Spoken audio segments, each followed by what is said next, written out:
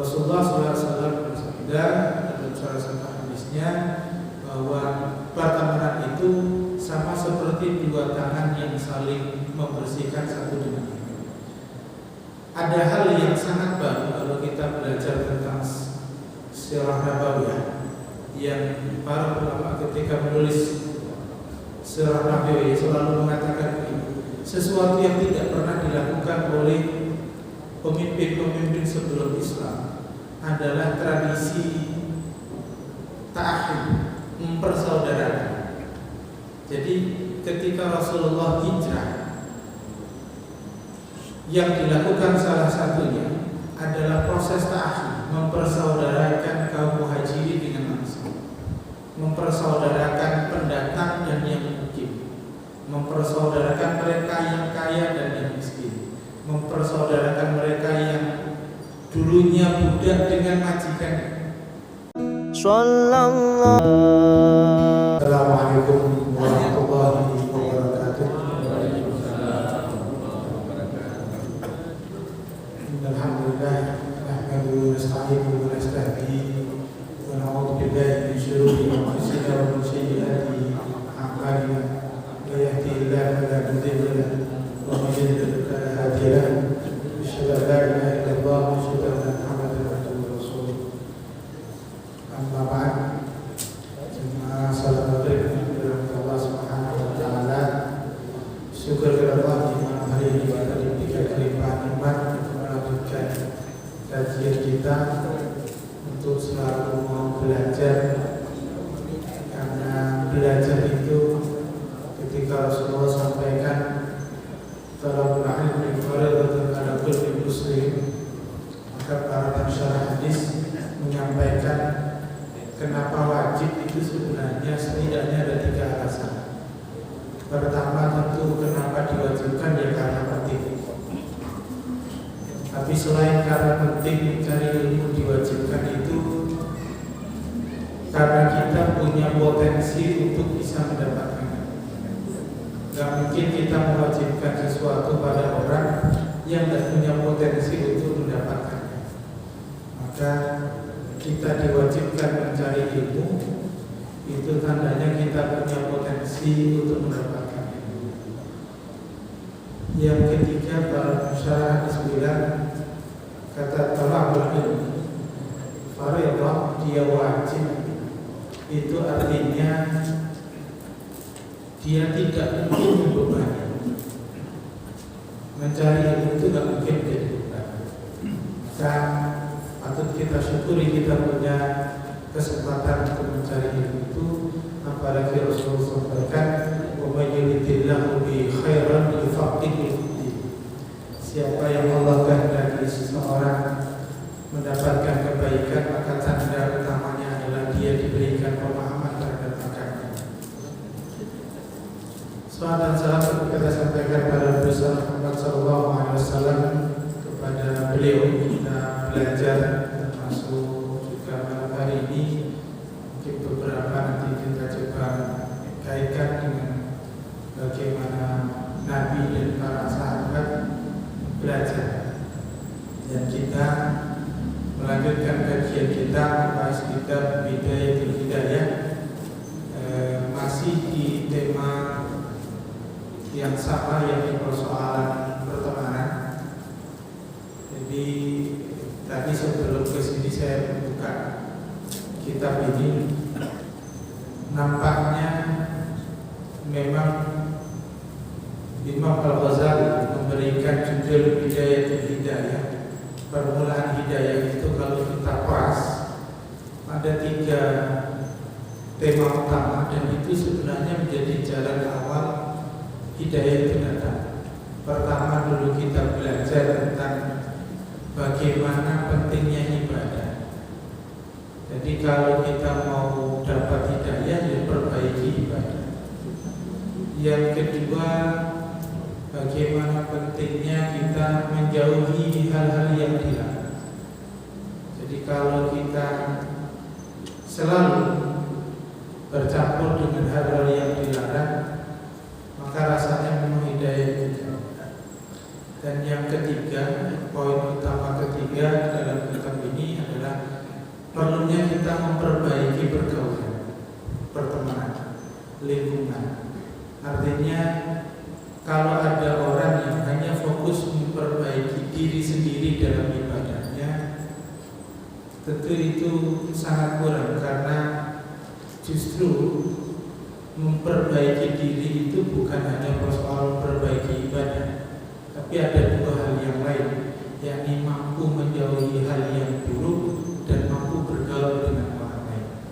Jadi kalau ada orang yang sholatnya baik, tapi kalau kemaksiatan tetap jalan, sama lingkungan tidak baik, maka sholat itu gambaran Qur'annya ya fawailul lil musallin, celaka orang yang sholat itu, karena ujungnya an-sholatihim sahun, yang lalai itu sebenarnya bukan, kita biasanya lalai itu mengistilahkan sholatnya taran-taran, padahal kata sahun itu bermakna mengecilkan, tidak mementingkan. Nah itu maksudnya dari Islam. Nah kita lanjutkan pada tema yang ketiga, itu persoalan pertemanan. Kita masuk pada persoalan yang kedua, yakni wadhifah akhtarnya. Persoalan yang kedua adalah persoalan pertemanan. Awal kita belajar tentang siapa yang selayaknya dijadikan teman. Kita belajar yang sekarang yakni mura'atu huquqis suhbah. Kita belajar tentang hak-hak pertemanan. Jadi pertemanan atau ketika kita punya teman ada hak. Karena kalau kita tidak tunaikan haknya, tentu yang ada kita menzalimi tanpa sadar tentang teman. Wa mahma in qa'adatis syarkah fantadamat bainaka wa baina syarikika as-suhbah. Maka hendaknya kita kalau punya teman, faham betul siapa teman kita. Jadi ada aturan-aturan pertemanan yang harus kita pahami. Dimanapun sebenarnya ada aturan, dan aturan itu biasanya pada konsepsi pertemanan yang beda-beda. Jadi misalnya temenan sama-sama pemancing, ada aturan yang mancing, maka dia paham di situ. Teman yang sama-sama yang suka puasa, ada aturannya di situ. Artinya ada tazam, ada aturan yang memang harus dipahami. Sehingga pertemanan itu juga kadang tidak sekedar yang penting kenal, tapi harus juga paham tentang hobi, kebiasaan itu. Fa'alaika huququn yujibuha aqdus suhbah. Maka hendaklah kita menunaikan hak-hak pertemanan itu aqdus suhbah, sebagai bentuk ikatan pertemanan. Wa fil qiyam biha adab, dan untuk meningkatkan atau menegakkan hak-hak pertemanan itu, maka kita belajar tentang adab-adab pertemanan. Waqad qala Rasulullah sallallahu alaihi wasallam, mathalul ahwaini mathalul yadaini yahsilu ihdahuma al-ukhra. Rasulullah sallallahu alaihi wasallam bersabda dalam salah satu hadisnya bahwa pertemanan itu sama seperti dua tangan yang saling membersihkan satu dengan lain. Ada hal yang sangat baru kalau kita belajar tentang sirah nabawiyah, yang para ulama ketika menulis sirah nabawiyah selalu mengatakan sesuatu yang tidak pernah dilakukan oleh pemimpin-pemimpin sebelum Islam adalah tradisi ta'ahud, mempersaudarakan. Jadi ketika Rasulullah hijrah, yang dilakukan salah satunya adalah proses ta'ahud, mempersaudarakan kaum muhajirin dengan Ansar, mempersaudarakan pendatang dan yang mukim, mempersaudarakan mereka yang kaya dan yang miskin, mempersaudarakan mereka yang dulunya budak dengan majikan. Jadi itu yang tidak pernah dilakukan oleh pemimpin dunia sebelum Rasulullah SAW. Sehingga proses ta'ahid itu, persaudaraan itu sebenarnya salah satu ikatan yang kadang-kadang hari ini kalau kita di tempat kerja lupa memperkenalkan yang lama tidak ada proses mempersaudarakan itu, seringkali kadang yang lama tidak sesuka dengan yang baru. Yang baru juga menganggap yang lama salah. Yang lama menganggap yang baru juga benar. Karena tidak ada proses ta'ah. Nah, mempersaudarakan ini memang tidak sederhana dan butuh dilatih, butuh dibiasakan.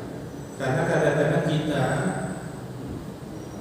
layaknya manusia itu sebenarnya selain dia makhluk sosial, dia juga punya sifat teritori. Sama seperti hewan, kalau dia teritori itu sukanya menyendiri, punya batasan dengan yang lain. Nah, tanpa proses ta'ah, mempersaudarakan satu dengan yang lain, maka yang ada kecurigaan satu dengan yang lain. Maka wajar kemudian kita kadang-kadang kalau di kota besar tidak ada proses mempersaudarakan itu, kadang tetangga tidak kenal. Kalau misalnya di kantor atasan nggak kenal, ya karena nggak ada proses perkenalan. Padahal itu sama. Yang Nabi bilang persaudaraan itu seperti dua tangan yang saling membersihkan. Artinya satu dengan yang lain pasti ada kekurangan, tapi dengan proses persaudaraan di situ aib bisa ditutup, kekurangan bisa ditutup. Ada satu kisah yang disampaikan oleh Imam Al-Ghazali. Dakhala sallallahu alaihi wasallam ajma.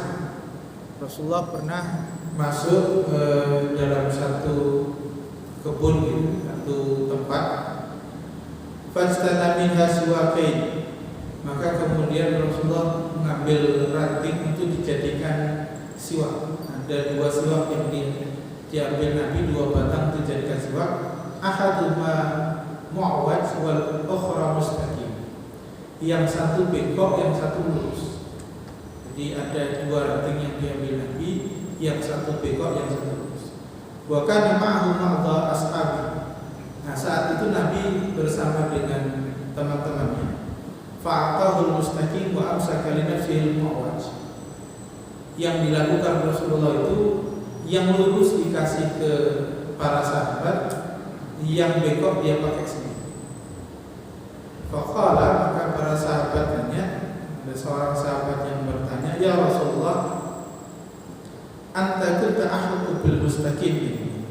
Ya Rasulullah, engkau lebih berhak pada siwak yang lurus ini daripada aku yang dapat engkau kasih yang lurus itu. Faqala sallallahu alaihi wasallam, Rasulullah menjawab, ma min sahibin yas'abu sahiban walau sa'atan min nahar illa wa su'ila an suhbati hal aqama fiha haqqullahi ta'ala am adha'at. Tidaklah seorang sahabat itu, kalau dia bersama dengan sahabatnya meskipun sesaat, maka dia akan ditanya oleh Allah tentang apakah dia sudah menunaikan hak-haknya kepada sahabatnya itu atau tidak. Sehingga kalau kita berkumpul, itu sebenarnya ada tanggung jawab kita untuk bisa merasa berempati pada yang lain di sini kita. Kecuali kita sedang sendiri. Jadi kalau kita berkumpul, maka yang kita pikirkan harusnya adalah bagaimana kepentingan bersama dulu daripada kepentingan pribadi. Memberikan yang terbaik kepada orang lain lebih dari kepentingan pribadi. Kalau posisinya sedang bersama, apalagi dengan sahabat yang wa qala sallallahu alaihi wasallam ma istahaba ithnani khattun illa wa kana ahabbuhuma ila Allah azza wa jalla arfaqahuma bi sahibi. Tidaklah ada dua orang yang saling berteman kecuali salah satunya pasti lebih dicintai oleh Allah, yakni siapa yang paling arfaqahuma, yang paling sayang pada teman. Rafiq itu maknanya adalah saling welas asih, jadi saling sayang, saling memberi, saling mendahulukan. Nah, itu dulu yang dilakukan juga oleh Nabi dan para sahabat. Nah, kita belajar malam ini Mungkin tidak semua, tapi beberapa kita pelajari sambil kita lihat dulu para sahabat seperti apa. Fa'adabus suhbah, maka adab-adab dalam bersahabat, berteman ada banyak, tapi kita coba gali lebih dalam dengan beberapa contoh biar mudah paham. Yang pertama adalah al-itharu bil mal, berbagi harta. Suatu yang kadang-kadang hari ini mungkin nggak kebayang begini, karena sahabat itu beberapa riwayat para sahabat itu menyampaikan dulu ketika dipersaudarakan kami dengan saudara Ansar, yakni Muhajirin dengan Ansar, tidaklah saku kami itu seperti terbuka untuk orang lain di sekitar kami. Itu yang dikatakan para sahabat. Jadi isi sakunya itu ya kebuka, siapapun yang mau ngambil itu biasa. Nah, itu yang dilakukan dulu oleh para sahabat. Sangat nyaman berteman, sangat. Salah satu misalnya proses ta'ahud yang sangat fenomenal biasanya dikisahkan tentang Abdurrahman bin Auf dan Sa'ad bin Abi Rabi'. Sebagian menyebutnya Sa'ad bin Rabi', tapi sebagian menyebutnya Sa'ad bin Abi Rabi'. Jadi Abdurrahman bin Auf Muhajirin, dia awalnya kaya di Mekah. Tapi ketika mau hijrah, orang-orang Quraisy bilang ke Abdurrahman bin Auf, tidak boleh hijrah kecuali seluruh hartanya ditinggal di Mekah. Maka Abdurrahman bin Auf yang nggak berpikir panjang, ya sudah ditinggal saja. Yang penting ikut Nabi ke Madinah. Begitu sampai Madinah, maka dipersaudarakanlah Abdurrahman bin Auf dengan Sa'ad bin Rabi'. Yang Sa'ad bin Rabi' ini salah satu saudagar kaya di Madinah. Nah, ketika dipersaudarakan, apa yang diungkapkan oleh Sa'ad bin Rabi'? Kata Sa'ad bin Rabi', ya Abdurrahman, aku di Madinah ini separuh, hampir separuh tanah di Madinah ini adalah punya. Jadi kebunnya itu punya dia. Maka ambillah separuhnya, sisakan separuh untuk. Cari teman begini susah. Apalagi kemudian ada tawaran lain. Tawaran lain yang dilakukan oleh Sa'ad bin Rabi' mengatakan kepada Abdurrahman bin Auf, ya Abdurrahman, aku juga punya 2 istri. Maka lihatlah mana yang kau suka, akan aku ceraikan dan aku nikahkan denganmu. Nah, ini juga rasanya nggak mungkin dari itu. Tapi itu terjadi. Meskipun tentu jawaban Abdurrahman bin Auf tidak seperti pikiran kita. Karena Abdurrahman bin Auf kemudian mengatakan, barakallahu laka fi malika wa ahlik. Semoga Allah memberkahimu ya Sa'ad bin Rabi', memberkahi hartamu dan keluarga. Kemudian beliau sampaikan, teluni aina suq. Cukup tunjukkan saja aku di mana pasar. Dia dagang. Maka Abdurrahman bin Auf itu dagang dengan modal nol. Dia awalnya bantu orang, kemudian dia menjadi hambal, tukang pikul.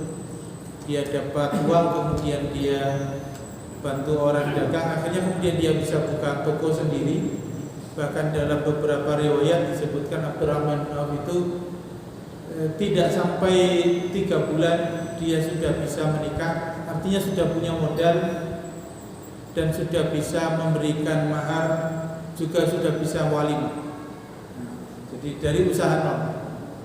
Sehingga disitulah nanti muncul kalimat dari lisan Nabi, ya Abdurrahman aulim walau bisyad. Lakukanlah walimah meskipun dengan seekor kambing. Itu pentingnya walimah dalam proses pernikahan. Nah, itulah persaudaraan. Jadi yang harta itu menjadi hal yang sangat terbuka. Tapi kalau hari ini tentu kita tidak mudah melakukan itu. Jangankan bersama teman, tetangga, kita keluarga saja kadang-kadang begitu. Maka hari ini muncul fenomena yang kadang-kadang unik.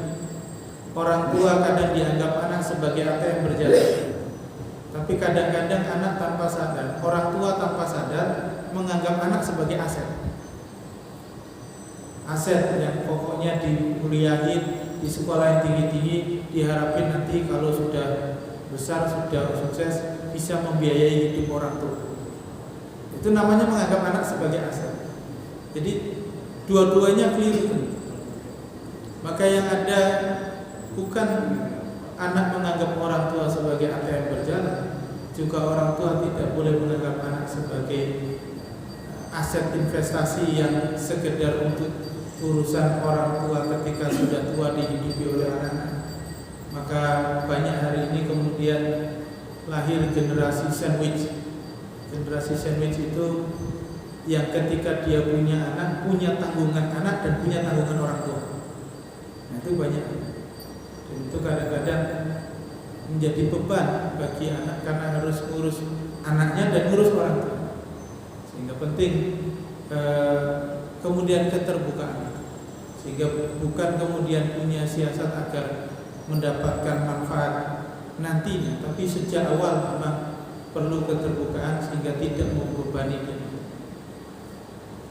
Fa illam yakun hada, kata Imam Ghazali, kalaupun itu tidak bisa terbuka harta kita dengan orang lain itu, fa yabdulul fadla min malin indal hajah, maka paling tidak ya kita bisa memenuhi sedikit kebutuhan-kebutuhan saudara kita yang tidak mampu, yang kurang, yang memang membutuhkan, bisa kita tambahkan, itu bisa kita tanggulangi. Waliyana bin nafsi fil hajah ala sabilil mubadharah min ghairi ahwajin ilal iltisab. Maka sebenarnya menolong orang lain bin nafsi dengan kesungguhan itu mendorong kita untuk bisa mendapatkan kebaikan tanpa harus kita bersusah payah mencari keuntungan buat kita. Apa maksudnya? Kalimat Allah yang disampaikan, kalimat Rasulullah yang Rasulullah sampaikan, wallahu fi aunil abdi maka dan abdu fi auni akhi, bahwa Allah itu akan selalu menaungi seseorang manakala orang itu bisa memberikan juga naungan pada saudara. Sehingga menaungi saudara, menolong saudara pada hakikatnya adalah menolong diri sendiri. Nah, itu yang ingin dikatakan oleh Imam Ghazali. Wakil manusia juga bisa kita lakukan kalaupun tidak sedang menolong, ya kita bisa lakukan dengan cara menjaga rahasia. Karena sama saudara biasanya ada rahasia, kita tutup rahasia. Wasadrul uyub, juga kita bisa tutup aib, kekurangannya kita tutup. Wasyukur an tablighi ma yasunu min dzammatin nasi dia. Juga kita diam, tidak menyampaikan hal-hal yang tidak dia suka, meskipun itu benar. Maka misalnya kisah Abu Dzar al-Ghifari. Abu Dzar al-Ghifari seorang sahabat Nabi yang pernah mengungkapkan kata yang tidak pantas kepada Bilal bin Rabah. Jadi Abu Dzar itu pernah sebenarnya lagi santai, tapi manggil Bilal itu dengan kalimat hei anak budak hitam. Kalimat itu sebenarnya bagi Bilal juga nggak terlalu marah, bikin marah. Tapi kalimat itu terdengar oleh Nabi. Karena terdengar oleh Nabi, justru Abu Dzar al-Ghifari kemudian dimarahi oleh Nabi. Ya Abu Dzar, inna fi qalbika syatran min al-jahiliyah. Ya Abu Dzar, sungguh pada dirimu itu masih ada jiwa kejahilian itu. Maka Abu Dzar kemudian minta maaf kepada Bilal dengan cara yang luar biasa. Jadi merasa bersalahnya luar biasa. Sebagian menyebutkan Abu Dzar itu kemudian menyungkurkan kepalanya ke tanah, kemudian minta diinjek kepalanya oleh Bilal. Karena merasa keliru memanggil dengan kalimat itu. Jadi itu meskipun benar, tapi nggak harus kemudian kemudian disampaikan. Jadi hal yang benar tapi harusnya tidak disampaikan kalau tidak dampaknya tidak. Itu tidak boleh kita sampaikan. Wa illahu ma yashuru min thana'in nas 'alaihi, juga menyampaikan sebaliknya harusnya kita sampaikan hal-hal yang memang membuat dia bahagia. Jadi kalau teman ya sampaikan hal-hal yang baik. Wa husnul isgha' indal hadith wa tarkul mumarah. Kita juga menyambut dengan bicara baik, juga meninggalkan perdebatan. Wa ayyadahu bi ahabbil asma' ilaihi, juga memanggilnya dengan panggilan-panggilan yang baik. Nah, panggilan yang baik ini kadang-kadang julukan itu menjadi persoalan di kita. Meskipun kadang-kadang julukan itu semakin biasa dianggap biasa. Misalnya manggil dengan orang tapi namanya nama binatang lah, atau nama manggil kekurangan misalnya botak atau apa gitu ya. Kadang-kadang menjadi biasa, kemudian yang mendengarnya pun biasa. Tapi yang begini harus kita pikir ulang. Jangan-jangan pada saat tertentu dia gak nyaman dipanggil itu. Jangan-jangan ketika dia bersama kita saja, misalnya dia ketika bersama keluarganya sama saudaranya, jangan-jangan panggilan itu tidak ada. Maka harusnya kita panggil dengan panggilan yang baik. Nah, ini yang harusnya kita lakukan dalam hak. Misalnya lagi kalau kisah sahabat lagi ada kisah dari persahabatan Abu Darda dengan Salman Al-Farisi. Jadi kalau pernah baca kisahnya juga unik sekali. Hari ini juga susah cari. Jadi Salman Al-Farisi itu kita tahu dia orang Persia, bukan orang Madinah. Dia sebatang kara awalnya di Madinah, dia tidak punya istri. Maka dia bekerja ngumpulin duit karena dia tertarik pada seorang perempuan Madinah. Nah, Abu Darda adalah salah satu orang yang mungkin bisa disebut orang yang mampu di Madinah. Tapi beliau sahabat betul dengan Salman. Maka karena Abu Darda orang terpandang, Salman ingin melamar seorang gadis, minta tolongnya ke Abu Darda. Ya Abu Darda, tolong temannya aku mau melamar perempuan itu. Maka Abu Darda sangat senang karena bisa bantu temannya. Nah, persoalannya kemudian ketika Abu Darda dan Salman ini datang ke keluarga perempuan itu, kemudian menyampaikan hajatnya bahwa aku bersama dengan Salman, beliau adalah sahabat Nabi, ingin meminang putri. Apakah kau bersedia? Ternyata orang itu mengatakan, aku tidak bisa menjawab langsung, aku perlu tanya dulu. Tanya putri. Nah, jawaban putrinya ini yang bikin jelas. Karena putrinya kemudian bilang ke orang tuanya kemudian nyampein, iya Abu Darda, iya aku harus sampaikan yang benar apa yang disampaikan oleh putri. Putriku mengatakan dia menolak lamarannya Salman.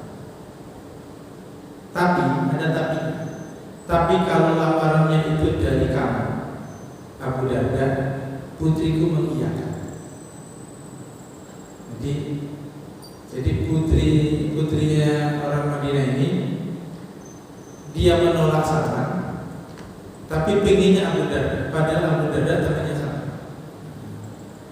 Tapi ya itu yang disampaikan. Mendengar itu Salman kemudian sangat senang. Justru gak sih, yang ada sangat senang kemudian menyuruh Abu Darda, ya Abu Darda kalau begitu nikahilah perempuan itu dan uangku ini jadikan mahar. Nah, yang begitu juga kayaknya susah nyari duit. Maka itu yang terjadi antara sahabat. Meskipun kisah dengan Abu Darda dan Salman ini banyak sekali kisahnya yang di antara mereka, karena dua-duanya saling menjaga. Jadi pernah juga akhirnya istrinya Abu Darda itu dia Dia ditinggal terus sama Abu Darda karena Abu Darda itu seringnya hanya di masjid ngaji ya. Salman ternyata tahu itu. Akhirnya Salman negur Abu Darda untuk pulang. Tidak boleh ngaji terus, harus kemudian mengurusi istri. Jadi itulah pertemanan yang kadang-kadang kalau kita dapatkan hari ini para sahabat itu rada-radanya ikatannya sangat kuat. Sehingga sebagian riwayat misalnya di waktu di perang Uhud yang Rasulullah waktu itu memang kalah di perang Uhud itu, ada riwayat pun ketika para sahabat itu berbaris menunggu air minum, maka ketika diserahkan pada satu sahabat, dia melirik ke temannya, maka dikasih ke samping. Begitu terima air minum itu, begitu mau minum, lihat temannya lagi, dikasih lagi ke temannya lagi, dikasih terus ke temannya sampai yang semuanya ini yang di awal sudah meninggal. Nah, begitulah persahabatan yang kita lihat bagaimana Nabi sangat baik merawat para sahabat dan lingkungannya, kemudian menjadi sangat. Kemudian wa ithnya alaihi ma ya'rifu mahasini. Hendaklah kita juga bisa menyebutkan atau menunjukkan hal-hal yang bagus, mahasini, dan yang dia suka. Nah, ini juga kadang-kadang kita itu kalau memberikan sesuatu, ukurannya harusnya bukan tentang kita, tapi tentang orang yang kita beri. Apakah dia suka atau tidak, apapun itu. Nah, kadang-kadang pikiran kita yang penting memberi. Nah, ini yang kadang-kadang keliru ini. Jadi memberi itu sebenarnya sederhana apa saja, tapi ada hal yang harus dijaga. Yang dijaga apa? Jangan sampai memberi yang tidak disukai, atau memberi dengan cara yang keliru, misalnya nyebut harga, itu masalah. Karena pertemanan, misalnya ada yang habis jalan-jalan cuma dikasih gantungan kunci, itu masih sangat terima kasih. Tapi kalau kasihnya nih gantungan kunci lumayan harganya 50.000, disebut itu yang masalah. Disebut, karena itu harus disampaikan. Wa yashkuru ala sani'i fi haqqihi, juga mau mengucapkan terima kasih ketika dibantu, ketika ditolong, ketika diberikan haknya. Berterima kasih ini tradisi yang mulai hilang hari ini, ya, 2 kalimat, terima kasih dan minta maaf, itu mulai hilang. Misalnya minta tolong menunjukkan jalan, kadang-kadang sudah ditunjukkan pergi. Ya sederhana sih, tapi kadang-kadang kita keluar buat tradisi minta maaf, nah, terima kasih. Nyenggol dikit, oh udahlah, biarin aja. Padahal minta maaf itu kan gak rugi apa. Itu 2 hal yang kadang-kadang hari ini. Wa iyadubba anhu fi ghaibati idza ta'arrada li 'ardihi kama yadubbu an nafsihi. Juga kita harus bisa membela teman kita meskipun ketika dia tidak ada. Kalau yang kita bela itu tetap dalam kebaikan, ya harus kita bela. Ya kalau teman ya. Nah, cuma kadang-kadang kita hari ini belajar politik, itu teman itu selalu ada batasnya, karena tergantung kita dengan siapa. Karena politik, jadi politik itu akhirnya mengkotak-kotakkan hari ini. Kita harus berteman dengan siapa, ngomongnya siapa. Jadi kalau sedang ngomong dengan orang yang suka dengan presiden, ya jangan ngomongin aibnya presiden. Jadi yang kadang-kadang gimana ngomongin yang benar dan yang salah itu. Nah, ini persoalan. Itu karena pertemanan, kemudian persoalan politik. Wa sahabul lutfi wa ta'ridi ila ihtaja alaihi. Kemudian kita bisa menegur dengan lembut, bahkan juga kalau perlu hanya dengan isyarat. Dengan isyarat. Kata para ulama, innal alim kafa bil isyarat. Orang-orang berilmu itu cukup dengan isyarat. Di sini kalau teman yang akrab itu isyarat saja cukup. Tidak perlu diingetin mana. zalati hamdihi wa la ya'tib alaihi ayyadahu lahu fi salatin bi hayatihi wa ba'da mamatihi. Kemudian hendaklah memaafkan kekurangannya kalau dia khilaf, wa la ya'tib alaihi, juga kita tidak belahan, tidak menyebut aib-aibnya. Wa'idhu lahu fi salati fi hayatihi wa ba'da mamatihi. Kemudian kita mau mendoakannya ketika sholat, baik orangnya teman kita masih hidup maupun sudah. Dan pertemanan ini ada tradisi yang juga kalau kita baca beberapa ulama mengatakan penting untuk keluarga mengenalkan teman pada keluarga. Jadi bukan keluarga besar tapi teman. Karenanya ada hal unik ketika Rasulullah sudah sepuh, ketika bersama istri-istrinya tiap kurban itu Nabi selalu berkurban kemudian ngasih kepada beberapa perempuan tua di Madinah, sehingga Aisyah itu cemburu. Kemudian tanya kepada Nabi, ya Rasulullah, kenapa engkau sangat peduli pada perempuan-perempuan tua itu? Kata Nabi, perempuan-perempuan tua itu dulu adalah temannya Khadijah. Jadi Rasulullah masih memegang erat pertemanan itu. Apalagi kalau soal doa, misalnya bagaimana pertemanan Imam Ahmad bin Hanbal dengan Imam Syafi'i yang pernah diungkapkan oleh anak Imam Ahmad, Abdullah bin Ahmad.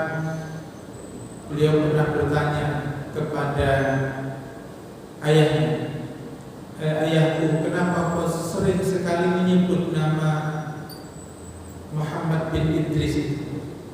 Imam Syafi'i itu di dalam doa.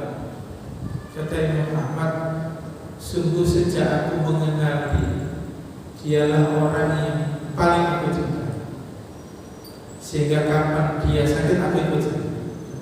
Jadi Imam Syafi'i itu kalau sakit, Imam Ahmad ikut sakit. Itu saking dekatnya. Nah itu pertama. Ini yang dilakukan oleh Imam Ahmad dan Imam Syafi'i. Wa yahsin wafatu ma'ahli wa qarabi ba'dal maut. Juga tetap mau berbuat baik bersama keluarganya, keluarga dan kita wa qarabi, juga kerabat dekatnya ba'dal maut, bahkan setelah wa yasrun at-tahfif anhu wa la yakallif syai'an min hajati. Maka juga tidaklah kita membebani sahabat kita dengan beban yang melebihi. Bahwa persahabatan itu untuk saling menolong, ya, tapi saling menolong tidak juga sampai pada beban. Tentu keliru kalau kemudian karena teman kita kemudian justru terbebani dan kurang kebutuhannya. Itu juga. Jadi tetap kalau misalnya nafkah, ya untuk kebutuhan pribadi dulu, itu yang harus dilakukan.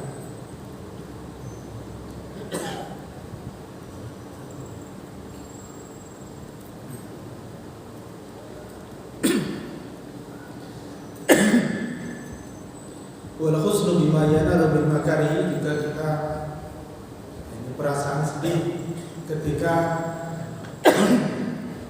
teman kita mengalami hal-hal yang begitu. Ini empati, simpati, ini hari ini juga kadang-kadang perlu ditempatkan. Jadi kalau sekarang musimnya kan di grup, kalau ada musibah, bencana,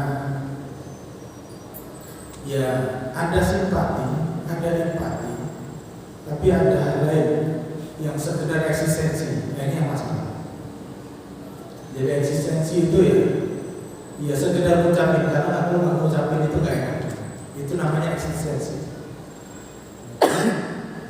Jadi sebenarnya ngucapin inalayon di grup, itu namanya eksistensi. Kalau simpati, kita kenal orangnya, kemudian yang kayak gitu, itu simpati.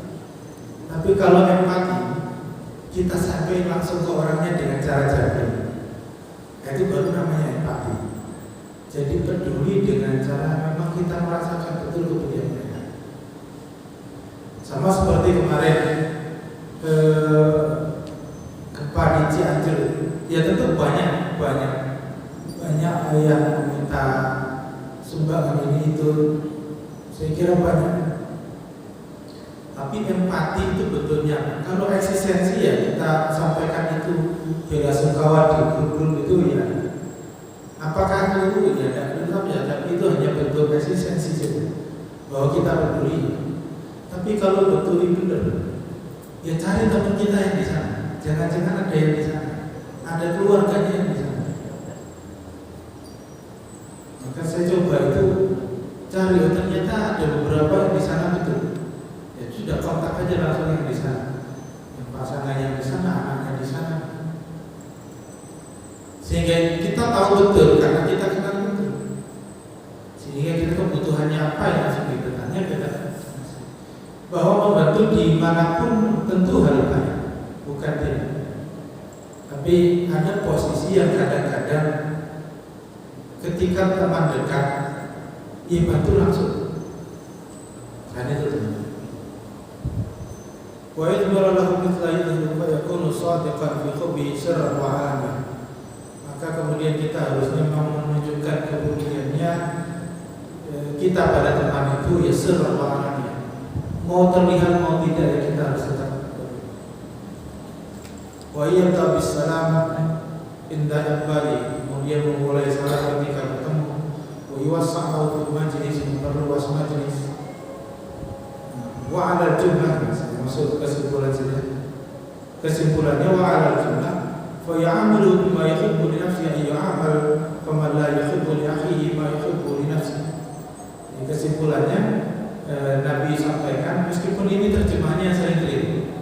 Jadi la yuhibbu ahadukum li akhihi ma kana yuhibbu li nafsihi.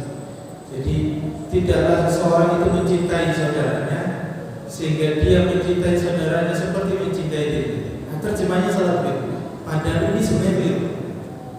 Jadi hatta yuhibba li akhihi itu artinya kama yuhibbu li nafsihi. Hatta yuhibba li akhihi itu mencintai milik saudaranya seperti mencintai milik sendiri. Maksudnya begitu. Jadi bukan mencintai saudaranya seperti mencintai diri sendiri. Jadi makna yang benar itu mencintai milik saudaranya seperti milik sendiri. Sehingga apapun yang terjadi pada saudara kita itu seolah-olah itu terjadi juga pada kita. Barangnya hilang seolah-olah barang kita hilang. Itu namanya hatta yuhibba li akhihi ma yuhibbu li nafsihi. Nah, ini yang bisa saya sampaikan. Insyaallah nanti kita lanjut lagi kajian kita. Billahi taufiq wal hidayah. Assalamualaikum warahmatullahi wabarakatuh.